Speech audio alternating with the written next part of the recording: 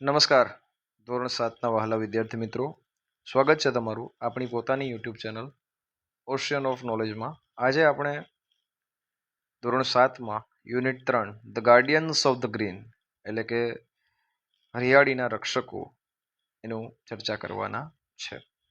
ચાલો, ફર્સ્ટ છે માર્કેટ, એટલે કે complete the words chain with the last 3 letter of the word. Market, જો અહીંયા લાસ્ટ જે વર્ડ છે એ ટી થી કમ્પ્લીટ થાય છે તો નેક્સ્ટ જે સ્પેલિંગ બનશે એ ટી થી બનશે. ટાઉન, એમાં એન થી ફિનિશ થાય છે તો નેક્સ્ટ બનશે એન થી શરૂ થશે. નાઇસ એ ઈ થી કમ્પ્લીટ થાય છે તો નેક્સ્ટ સ્પેલિંગ ઈ થી શરૂ થશે. એન્વાયરમેન્ટમાં ટી થી પૂર્ણ થાય છે સ્પેલિંગ તો નેક્સ્ટ સ્પેલિંગ ટી થી બનશે. ઓકે, એવી જ રીતના બાકીના sunset, trees, small and lips, then east, tower, road, dog, then left, tell, look and no, then see, eyes, sun, nice. Okay, પછી ક્વેશ્ચન નંબર 2 છે darken the correct spelling from the option. તો જે spelling આપેલા છે એમાં જે સાચો spelling છે એને તમારે ડાર્ક કરવાનો છે. તો હિયર આ ગાર્ડિયન્સ એ ટ્રુ સ્પેલિંગ છે, પછી અહીંયા બ્રિજ, દેન નેક્સ્ટની અંદર હેપીનેસ, દેન નેક્સ્ટમાં બ્લેન્કેટ. બરાબર, ચાલો હવે આપણે જોઈએ question number 3. What kind of things are they? Write word. તો કેવા પ્રકારની વસ્તુઓ છે તેનો શબ્દ લખવાનો છે. The east and the west, તો એ ડાયરેક્શન્સ છે. ભાવનગર અને રાજકોટ એ સિટી છે. Purple and pink are colours છે. અને બનિયાન એન્ડ પીપલ એ ટ્રીઝ એટલે કે વૃક્ષો છે. Question number 4. Circle the words having the nearest meaning. જે સમાનાર્થી શબ્દો હોય એના ઉપર આપણે સર્કલ કરવાનો છે. તો અહીંયા small, next eager, next depress અને next humble. All right, now question number 5. Fill in the blanks using the words in the bracket. જો અહીંયા આપેલા છે આ શબ્દો, એનો યુઝ કરી અને આપણે બ્રેકેટ્સને ફિલઅપ કરવાની છે. We should recycle furniture, garbage એટલે કચરો, ગોડ એટલે ભગવાન, સોલાર અને પેપર બેગ્સ. ઓકે, ચાલો next question number 6. Match the hand washing technique steps with the pictures. તો અહીંયા એ ટેકનિક્સ આપેલી છે પિક્ચરમાં, આપણે એના ખાલી બ્રેકેટ્સમાંથી સ્પેલિંગના નામ આપવાના છે.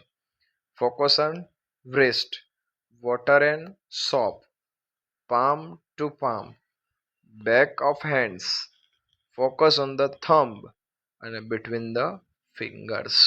ચાલો હવે આપણે ક્વેશ્ચન નંબર 7 તરફ જઈશું.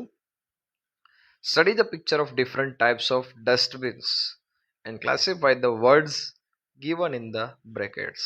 તો આપણે અહીંયા જે આપેલા છે ડસ્ટબિન કલર એને આપણે જોઈએ અને એને નામ આપીએ.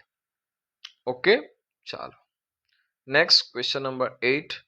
આપેલ ક્લુની મદદથી એટલે કે complete the world pyramid, word WORD word શબ્દ, word pyramid with the given clues. અહીંયા ક્લુઝ આપેલા છે અને આપણે ફિલઅપ પણ કરેલા છે. ઓલરાઈટ, બધા જ અહીંયા ફિલઅપ કરેલા છે. You have to just return it, take a screenshot or pause the video અને લખી શકો છો. ચાલો નેક્સ્ટ ક્વેશ્ચન છે લિસનિંગમાં ફર્સ્ટ છે complete, recite and enjoy.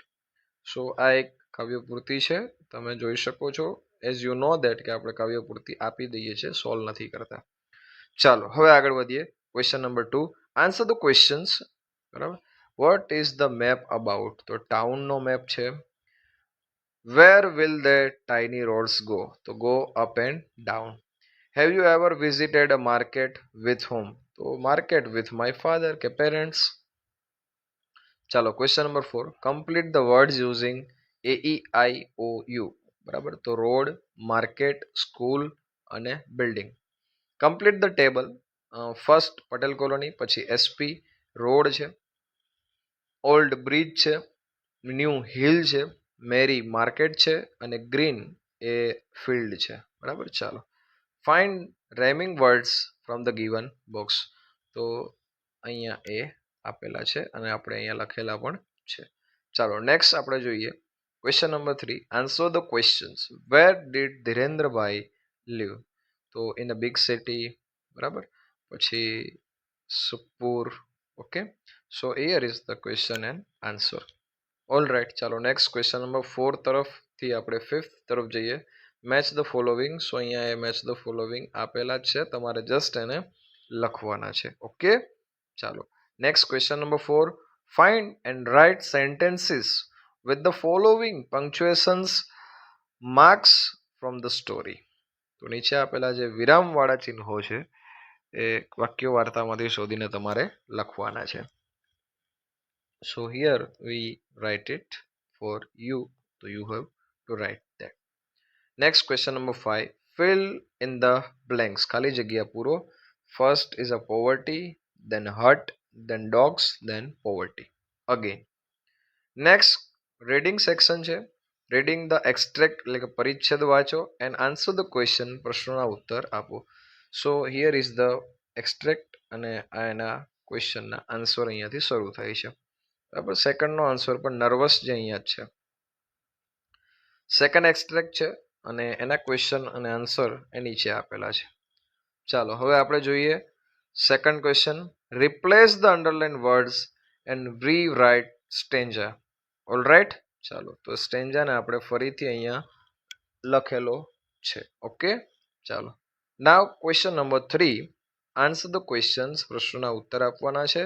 They all are small questions with the answer. So you have to just pause the video or take a screenshot and rewrite it. Question number 6 નો જે answer છે એ table as a format છે જે તમને અહીંયા આપેલો છે, તો તમે એ લખી શકો છો. ઓલ રાઈટ, ચાલો નેક્સ્ટ ક્વેશ્ચન છે question number 4. Complete the mind map as per the example. જો અહીંયા આપેલું છે. હવે આપણે આગળ જઈએ question number 5. Find the rhyming words for the following from the poem and add one more by yourself. બરાબર, અનુપ્રાસવાળા શબ્દો છે જે અહીંયા આપેલા છે and you have to just return it.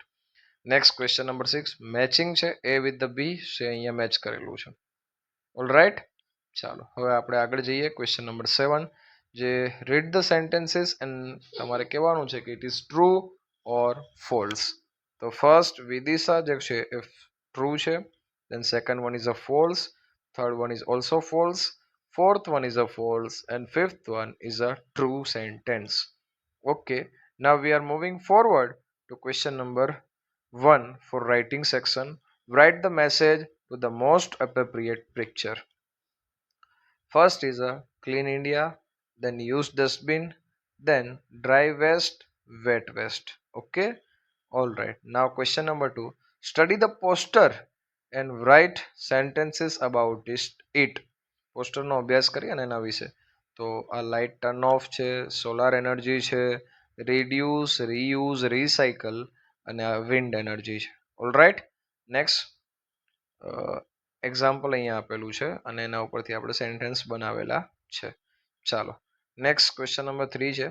Right a text message to your friend inviting him or her to your home for puja. પૂજા માટે તમારા મિત્રને તમે ઘરે ઇન્વિટેશન આપો છો, એનું એક મેસેજ આપવાનો છે.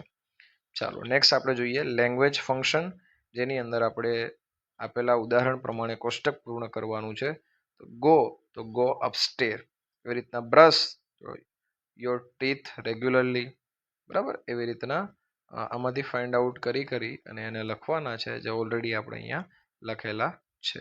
ઓકે, ચાલો now next question number 2. Classify the instruction in the following table. નીચેની સૂચનાઓને આપેલા કોષ્ટકમાં વર્ગીકૃત કરવાની છે, જે અહીંયા ટેબલમાં આપણે વર્ગીકૃત કરી દીધી છે. ઓલરાઈટ, સ્કૂલ, હોમ અને પબ્લિક પ્લેસીસ. ઓલરાઈટ, ચાલો નેક્સ્ટ ક્વેશ્ચન નંબર 3 આપેલો છે તમને. પરિસ્થિતિ મુજબ એટલે કે respond to the situation and complete the sentences.